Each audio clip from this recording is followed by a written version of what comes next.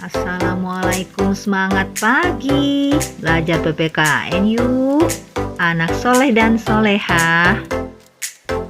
Materi kita kali ini, ketentuan Undang-Undang Dasar Negara Republik Indonesia dalam kehidupan berbangsa dan bernegara. Pada bab kedua ini, kita akan mengkaji tentang wilayah negara, warga negara dan penduduk, agama dan kepercayaan, serta pertahanan dan keamanan negara. Ayo kalian jawab, pengertian wilayah negara itu apa ya? Ayo ingat-ingat di sana. Ada beberapa pendapat tentang ini.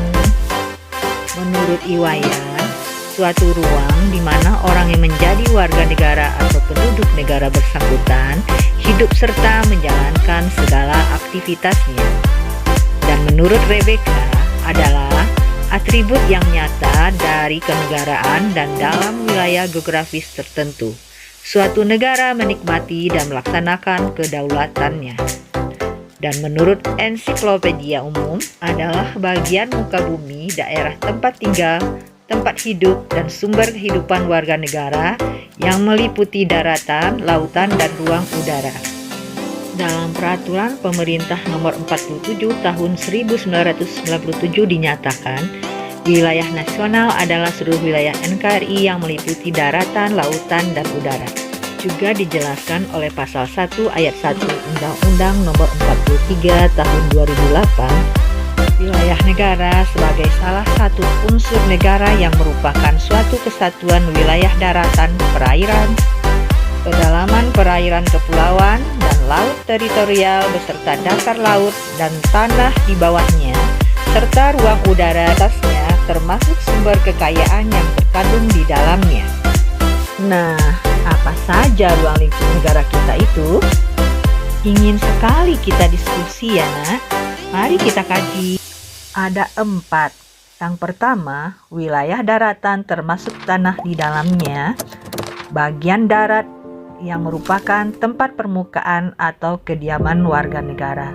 Yang kedua, wilayah ruang udara yang terletak di atas permukaan wilayah daratan.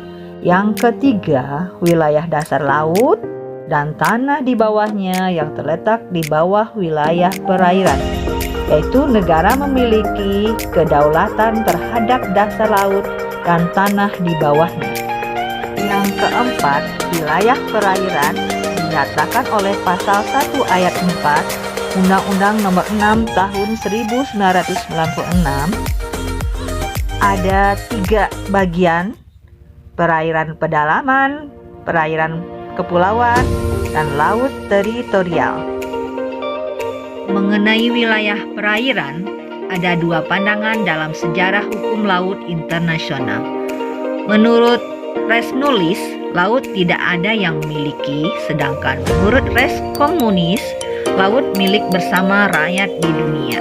Rakyat multilateral juga menyatakan pada pertemuan yang diselenggarakan pada tahun 1982 di Montego Bay, batas lautan ditentukan berdasarkan sebagai berikut. 1. Ketentuan batas laut teritorial negara. 12 mil laut diukur dari garis lurus yang ditarik dari pantai luar. Yang kedua, ketentuan batas zona bersebelahan adalah 12 mil atau 24 mil di luar teritorial. Yang ketiga, ketentuan batas zona ekonomi diukur dari laut pantai sejauh 2000 mil. Keempat, landas kontinen, landasan benua diukur dari garis dasar, yaitu paling jauh 200 mil laut. Hei, mengerti ya sampai di sini? Oke, kita lanjut. Sekarang kita deskripsikan kedudukan warga negara dan penduduk Indonesia. Harus tetap semangat ya anak-anak hebat. Siapa ya warga negara itu? Dalam arti yuridis, ditandai dengan adanya ikatan hukum antara warga negara dan wilayahnya. Dan dalam arti sosiologis, bukan atas dasar ikatan hukum, namun ikatan emosional, perasaan, keturunan, nasib, dan sejarah. KBBI menyatakan penduduk sebuah negara atau bangsa berdasarkan keturunan, tempat kelahiran, dan lainnya yang mempunyai kewajiban dan hak sebagai seorang warga negara itu. Bagaimana menentukan warga negara dari suatu negara? Ada dua azas. Yang pertama, azas ius soli, menentukan berdasarkan tempat kelahiran orang tersebut. Yang kedua, azas ius sanguinis, menentukan berdasarkan keturunan dari orang tersebut. Ketentuan mengenai warga negara Indonesia tercantum dalam pasal 26 Undang-Undang NRI yang menyatakan sebagai berikut. 1. Warga negara Indonesia adalah orang Indonesia asli dan orang-orang bangsa lain yang tercantum dalam undang-undang. Yang kedua, penduduk ialah warga negara Indonesia dan orang asing yang bertempat tinggal di Indonesia. Yang ketiga, hal-hal mengenai warga negara diatur dengan undang-undang. Warga negara Indonesia bisa kehilangan kewarganegaraannya bila 1. Memperoleh kewarganegaraan lain, 2. Secara sukarela masuk dalam dinas negara asing, dan ketiga, secara sukarela mengangkat sumpah atau menyatakan janji setia kepada negara asing. 4. Tinggal di luar wilayah negara 5 tahun berturut-turut bukan dalam rangka dinas negara. Indonesia juga menjamin kemerdekaan beragama dan berkepercayaan terhadap Tuhan Yang Maha Esa. Apa sih yang dimaksud dengan kemerdekaan beragama terhadap Tuhan Yang Maha Esa itu? Diatur dalam Undang-Undang Nomor 29 dan Pembukaan Undang-Undang Dasar 1945. Saling menghormati, menjaga kerukunan antar umat seagama, dan membangun sarana peribadatan sesuai agama masing-masing. Mari kita kembangkan sikap-sikap yang baik sesama umat beragama. Bisa dibaca ya contoh-contohnya ya. Wow, tanda merah. Sikap-sikap yang harus kita hindari. Apa saja? Baca ya. Bagaimana pula Undang-Undang NRI mengatur mengenai sistem pertahanan dan keamanan negara?